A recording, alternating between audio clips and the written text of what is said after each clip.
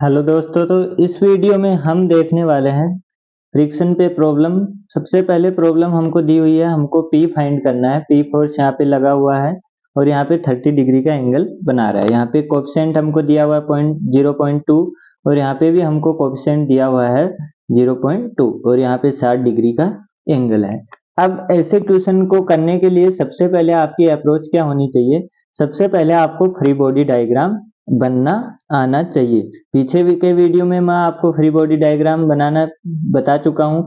हम क्या करते हैं, 4 स्टेप फॉलो करते हैं। सबसे पहले हम क्या लगाते हैं, नॉर्मल लगाते हैं या फिर वेट लगाते हैं।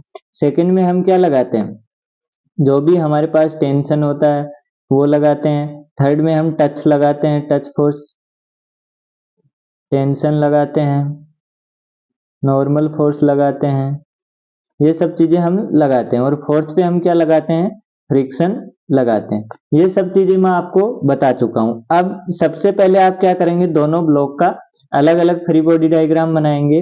तो मैं पहले इस ब्लॉक का फ्री बॉडी डायग्राम बनाता हूं। तो ये हमारे पास क्या हो जाएगा, ब्लॉक हो जाएगा।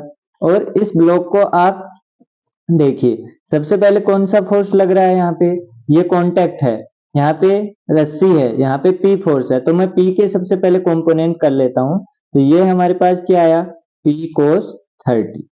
ये सिंपल हमको दिख रहा है। और इधर क्या हुआ, पी साइन 30। आई बात समझ, पी कोस 30 पी साइन 30। अब यहाँ पे क्या लग रहा है, टी लग रहा है, तो यहाँ पे टी लगाया, यहाँ पे टी लगाया।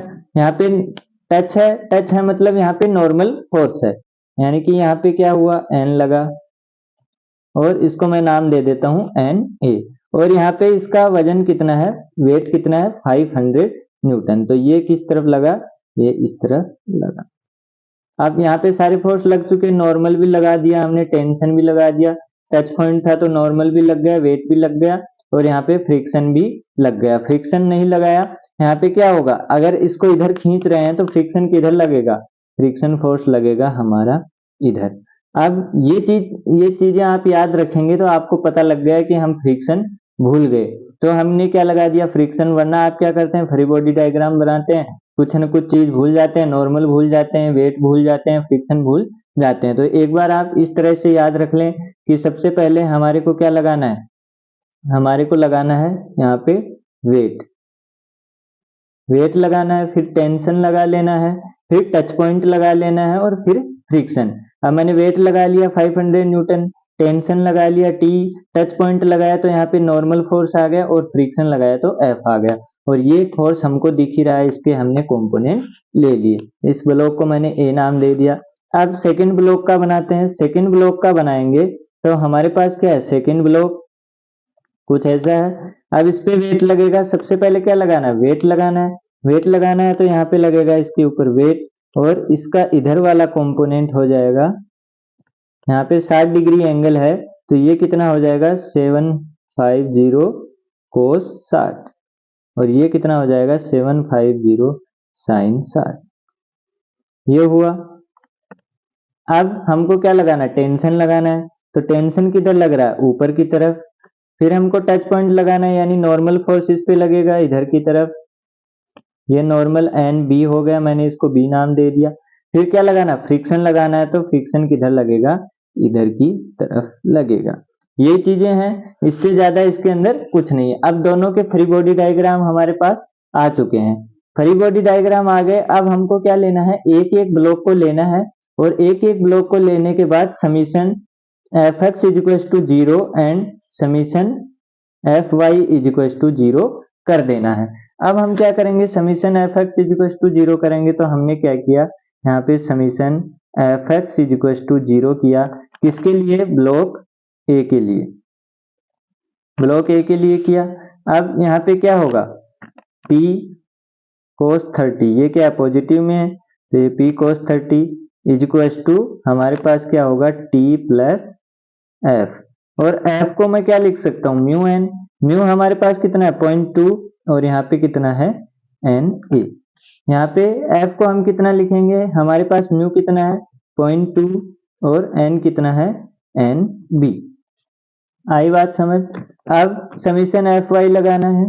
Summation F Y is equal to 0 हमारे पास क्या हो जाएगा, Na plus P sine 30 is equal to कितना आ गया 500। ये हमारे पास फर्स्ट इक्वेशन हो गई और ये सेकंड इक्वेशन हो गई। अब हमको क्या करना है, ब्लॉक बी लेना है। ब्लॉक बी लेके हमको summation F X is equal to 0 कर देना है। तो यहाँ पे हमारे पास क्या हुआ T plus 0.2 N B friction हुआ और ये हमारे पास 700 साइन 60 और यहाँ पे summation F Y is equal to 0 कर देना है। तो हमारे पास N B is equal to 750 cos 60 ये हुआ। ये हमारे पास थर्ड इक्वेशन और ये हमारे पास फोर्थ इक्वेशन। अब हमारे पास क्या है एन बी की वैल्यू है। एन बी की वैल्यू कितनी आई, एन बी की वैल्यू हमारे पास आएगी, अगर कैलकुलेटर से करें तो हमारे पास cos 60 कितना होता है 1/2 और इनटू में कितना हुआ 750, तो ये आ गया 375 न्यूटन में आ गया। अब इसको आप रख दीजिए 3 में, एन बी को कहाँ पे रखना है 3 में रखना है। एन बी को 3 में रखा है तो हमारे पास क्या होगा टी प्लस 0.2 एन बी है 375 इज इक्वल टू 750 और साइन 60 कितना होता है √3/2। तो ये क्या हो गया T is equal to 750 √3/2 minus 0.2 into 375 और ये हुआ 375 √3 माइनस 0.2 इंटू 375 और ये वैल्यू हमारे पास निकल के आएगी। यहाँ पे अगर मैं करूं तो ये हुआ 649.51 माइनस 0.2 इंटू 375। यहाँ पे हमने क्या किया, हमने फ्रिक्शन गलत डायरेक्शन में लगा दिया। हमने अगर इधर हमारा टेंशन लग रहा है यानी कि ये ऊपर की तरफ जाएगा, इसका मतलब हमारे पास क्या होगा फ्रिक्शन नीचे की तरफ आएगा। तो सॉरी मैंने ये क्या कर दिया उल्टी डायरेक्शन में लगा दिया। ऐसी चीज़ों का आप भी ध्यान रखेंगे, कई बार जल्दबाजी में क्या हो जाती है मिस्टेक हो जाती है। तो ये हमारे पास क्या हुआ 0.2 एन बी। अब यहाँ पे हमने क्या लगाया, यहाँ पे हो जाएगा t माइनस 0.2 एन बी और ये इधर आया तो ये क्या हो जाएगा प्लस का हो जाएगा। तो ये मिस्टेक आप ध्यान रखें क्योंकि यहाँ पे क्या है t इधर है, ये ब्लॉक को इधर ले जाएगा तो ये ऊपर की तरफ जाएगा, तो मोशन इधर है तो फ्रिक्शन नीचे की साइड आएगा। ये चीज आप ध्यान रखें, मैंने गलती की है वैसे आप गलती ना करें। तो ये कितना हो गया, ये हो गया हमारे पास 72451 न्यूटन। ये टी की वैल्यू आ गई। अब टी की वैल्यू आ गई मतलब हमको किसकी वैल्यू निकालनी है, हमको यहाँ पे कितना है Na plus P sine 30 equal to 500। तो यहाँ से हम क्या लिख सकते हैं Na plus p/2 equal to 500 और यहाँ पे हम क्या लिख सकते हैं p cos 30 है तो p √3/2 इक्वल टू t कितना है 7451 प्लस f कितना हो गया 0.2 Na। ये चीज आई। अब दोनों जगह Na कॉमन है तो Na की वैल्यू क्या हो गई Na is equal to 500 minus p/2 तो p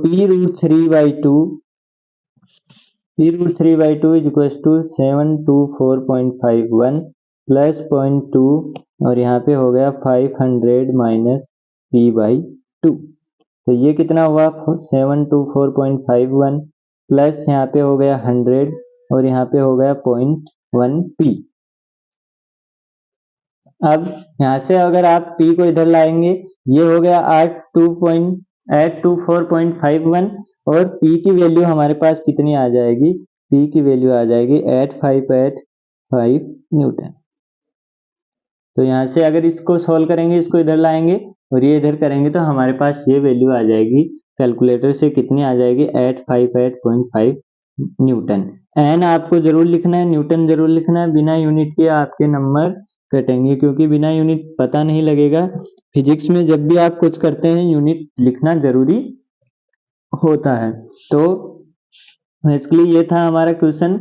स्टेप क्या फॉलो करनी है, सबसे पहले फ्री बॉडी डायग्राम मेन ध्यान रखना है फ्री बॉडी डायग्राम का कि गलत ना हो जाए। दूसरा ध्यान रखना है फ्रिक्शन का, जैसे मैंने गलत किया वैसे आप गलत ना करें कि फ्रिक्शन इधर लग रहा है, यानी मोशन इधर जा रहा है तो फ्रिक्शन उल्टा लगेगा, इधर जा रहा है तो इधर लगेगा। इधर मैंने सही लगा दिया, लेकिन यहाँ पे मैंने जल्दबाजी में मैंने भी गलती कर दी, तो ऐसी गलती आप ना करें।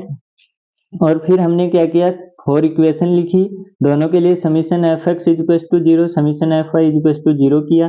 फिर हमने क्या निकाला, स्टेप बाय स्टेप एक से एक वैल्यू निकाल ली और हम आगे से आगे सारी वैल्यू निकाल ली। तो हमारे पास पी की वैल्यू कितनी आई, 858.5 न्यूटन। आई होप कि आपको ये क्वेश्चन समझ में आया होगा। अगर समझ में आया हो, वीडियो पसंद आई हो तो वीडियो को लाइक करें, चैनल को सब्सक्राइब करें। धन्यवाद।